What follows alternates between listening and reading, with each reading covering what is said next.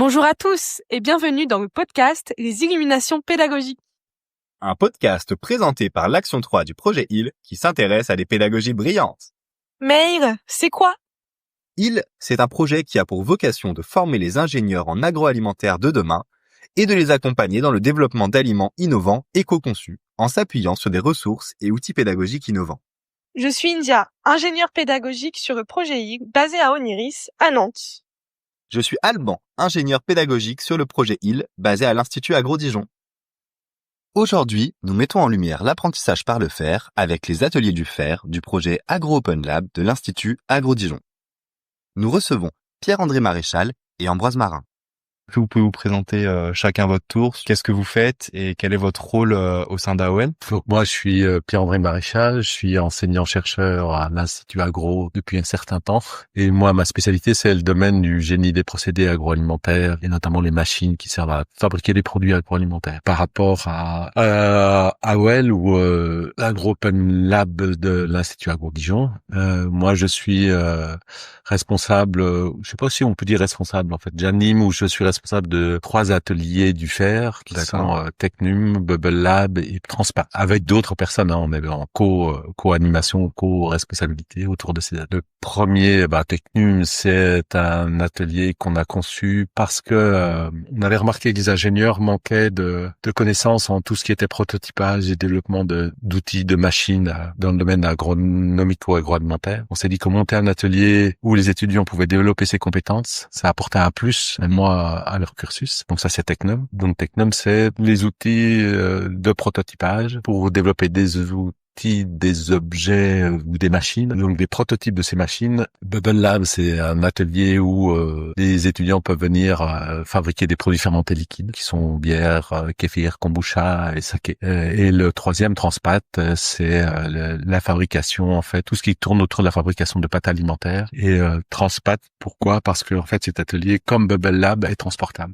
Moi, donc Ambroise Marin, je suis ingénieur responsable sur l'atelier du fer Technum. Je travaille beaucoup avec Pierre-André, évidemment, qui a très bien décrit l'atelier, donc je vais pas y revenir. J'ai rejoint Pierre-André il y a 5 ans, avant AOL, et on a intégré AOL il y a presque 1 an maintenant. Donc Agro Open Lab. Mon rôle sur la plateforme, moi, ça va être de m'occuper de toute la partie technique du laboratoire, donc mettre en œuvre les utilités, donc principalement les imprimantes 3D, les fraiseuses, les outils pour fabriquer, les microcontrôleurs pour automatiser, et aussi la partie logicielle, donc avec tout ce qui est partie modélisation pour concevoir les systèmes avant de les fabriquer, ce qui est quand même important. En plus de ça, je vais m'occuper de tout ce qui est formation sur ces outils afin de garantir une autonomie aux utilisateurs. L'idée est vraiment, c'est un atelier du fer, l'idée est vraiment que l'utilisateur fasse. Donc mon rôle, ça va être de donner toutes les clés aux utilisateurs pour qu'ils puissent réaliser leur projet sur la plateforme Technum.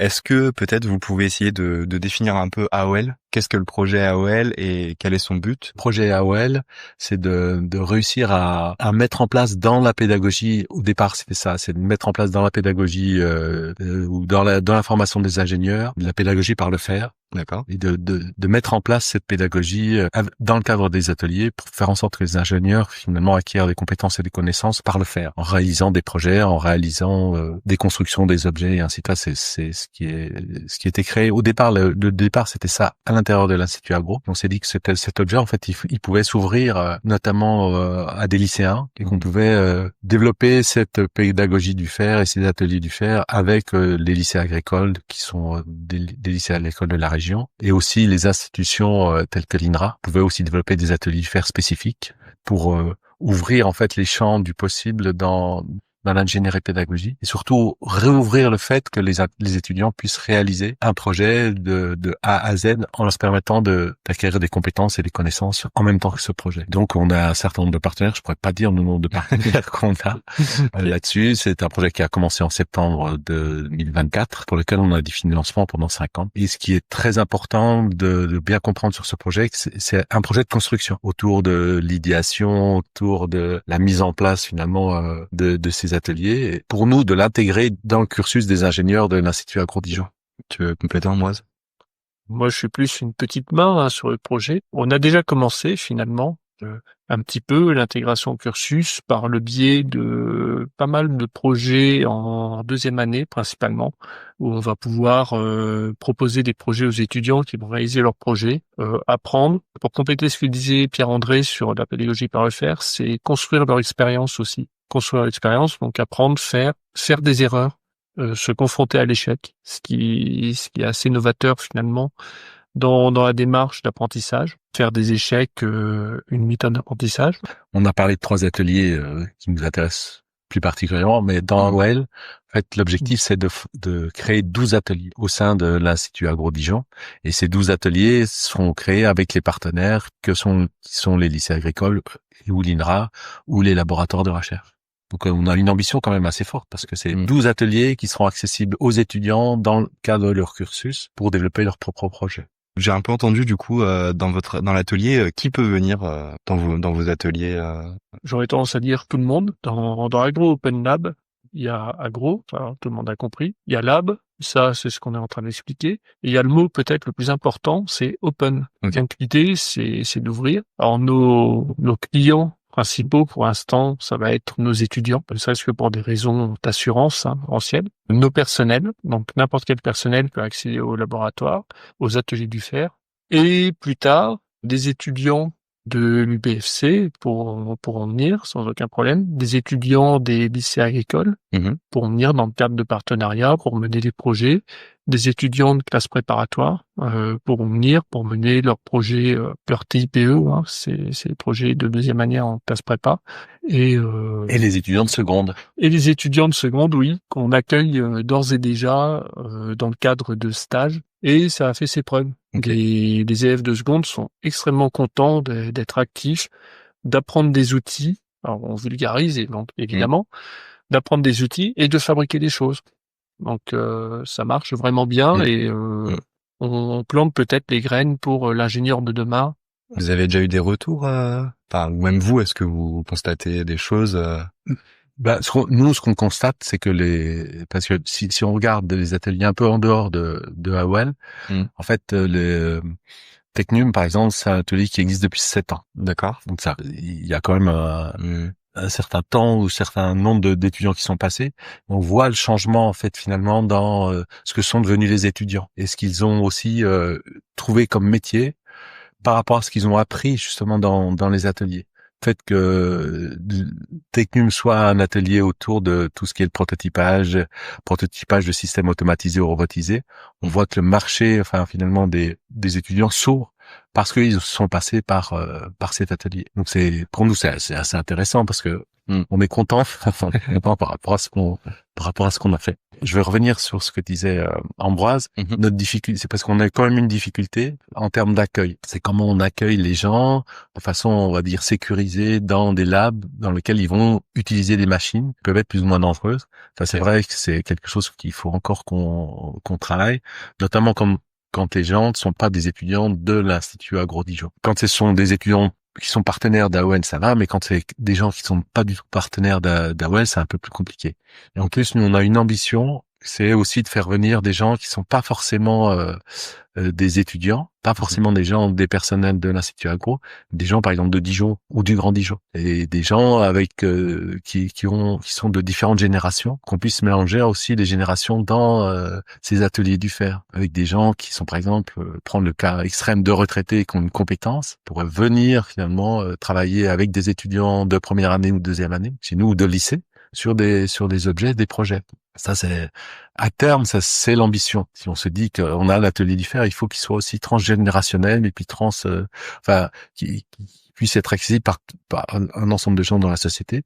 Ça, il y a encore quand même vachement de travail à faire autour de ça.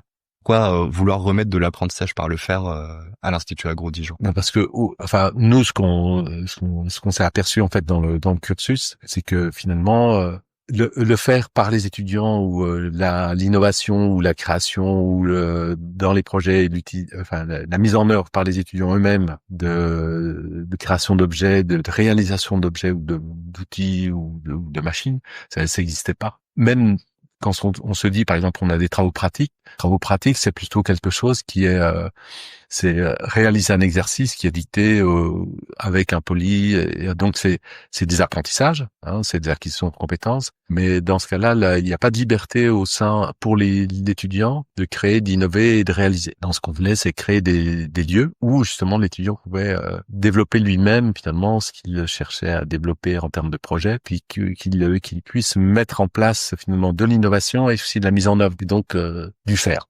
On a vraiment, dans cet aspect faire, on a le fait que l'étudiant va se confronter à la réalisation des choses. Et se confronter à la réalisation des choses, c'est souvent apprendre et faire son expérience sur tout un tas de petites choses fines qu'on n'imagine pas quand on a juste la vision théorique des choses ou la vision encadrée des choses. Et ce qui va arriver très vite, c'est ce que je disais tout à l'heure, c'est la notion d'erreur. Je pense que c'est quelque chose de fondamental dans la pédagogie par le faire, c'est autoriser l'étudiant à faire des erreurs. Sur l'impression 3D, l'étudiant va tenter une impression, va paramétrer son impression, va faire potentiellement n'importe quoi, et on va laisser faire. On va laisser faire, et derrière, l'étudiant va obtenir son résultat, qui sera peu satisfaisant, et à partir de là, va construire sa réflexion et va comprendre des choses, va construire son expérience. Je rebondis obligatoirement là-dessus parce que nous, ce qu'on s'est aperçu aussi, c'est qu'au travers justement de quand on laissait faire les étudiants ou quand les étudiants, on va dire, mettaient les mains à la pâte, hein, on peut dire ça aussi. Très rapidement, ils font référence quand on parle avec eux sur ce qu'ils font, les échecs qu'ils ont eus ou les réalisations positives qu'ils ont eues. Ils font référence en fait aux cours qu'ils ont eu avant. Ils se mettent à comprendre le pourquoi on parle, par exemple, de transfert thermique, le pourquoi on parle de résistance mécanique, et ils font le lien entre ce qu'ils ont fait, ce qu'ils ont observé, et finalement ce qu'ils ont eu à un moment donné en cours ou en tête. Pour nous, c'est réjouissant hein, quand même, hein, quand on est enseignant, et que eux-mêmes ils arrivent à ça. Ça ancre vraiment la partie théorique de l'enseignement dans du concret. D'accord. Et du coup, les étudiants, en ancrant cette théorie dans le concret, l'apprennent beaucoup mieux, enfin deviennent bien meilleurs. Ambroise, tu parlais du rôle de l'erreur. Quel est le rôle de l'animateur vis-à-vis de ça? Alors, le premier rôle, c'est déjà de bien rigoler. Parce qu'en général, c'est vraiment rigolo de voir les gens se planter.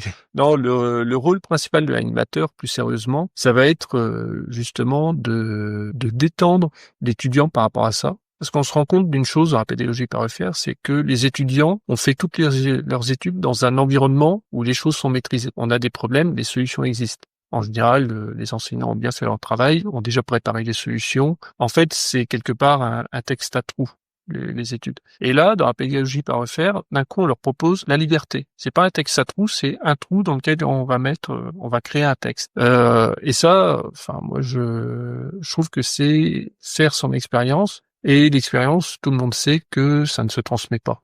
On peut pas transmettre l'expérience, ça ne se transmet pas, ça se construit. Et le rôle de l'animateur, ça va justement être d'expliquer ça à l'étudiant que, nous, on a fait des erreurs aussi.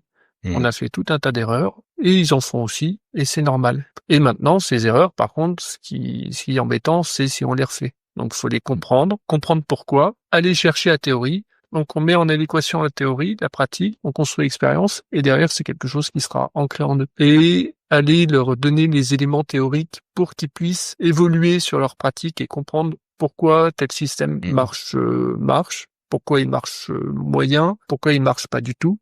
C'est justement le rôle de l'animateur et on a un positionnement qui est très agréable, je trouve, c'est que les animateurs ne sont ni enseignants ni chercheurs. On est juste ingénieurs et justement on peut avoir une discussion avec nos élèves qui est parfaitement transversale, enfin parfaitement d'égal à égal. Ce qui n'est pas forcément le cas avec un enseignant-chercheur qui a toujours une position de patron, on va dire.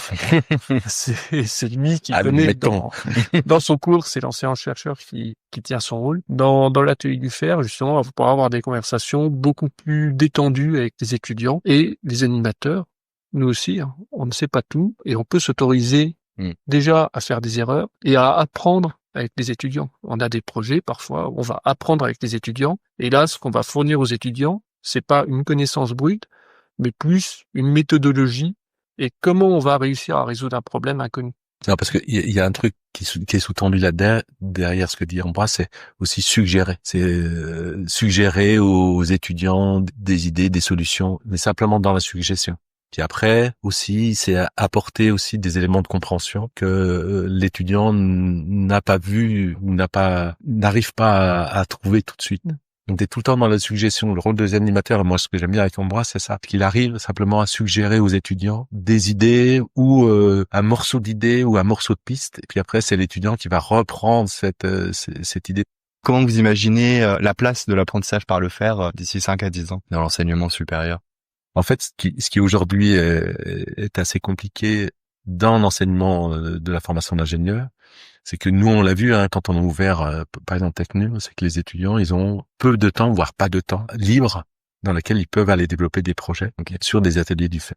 Donc il y a plus d'espace dans leur semaine de 35 heures de libérer pour aller réaliser un projet, ou alors ils mordent sur leur vie sociale. Et donc le challenge, si on veut mettre en place de la pédagogie par le faire, et donc la pédagogie construite dans les ateliers du faire, trouver de libérer de la place en termes d'enseignement et se dire que apprendre par le faire, ça permet d'acquérir des compétences et d'acquérir des savoirs avec un apprentissage par les pairs ou un apprentissage lorsqu'on fait quelque chose dans ces ateliers du faire. Le challenge, c'est que les enseignants-chercheurs, il faut qu'ils arrivent à se dire autour de projets, dans qui se serviront des ateliers du faire, on arrive aussi à acquérir des compétences et des connaissances de la même façon que quand on fait un cours en TD, un TPO, voire même mieux. Et dans 5 ans, c'est vrai qu'il faudrait, par exemple, si j'imagine ça, moi j'aimerais bien qu'il y ait un tiers du temps, par exemple, de consacré, ou qu'il soit libéré pour les étudiants, pour que les étudiants puissent développer des projets dans différents domaines. Ce qui est important par rapport à ça, c'est qu'on peut faire ça.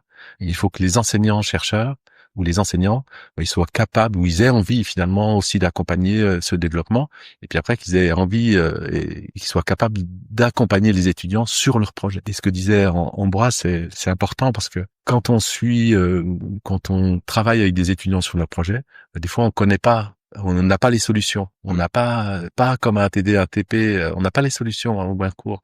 Et donc, on est aussi, en tant qu'enseignant, un peu dans l'inconnu, ou comme encadrant dans l'inconnu par rapport aux solutions. Et ça change totalement le concept de ce qu'est un enseignant. C'est-à-dire qu'il peut se retrouver en difficulté avec des étudiants sur un projet.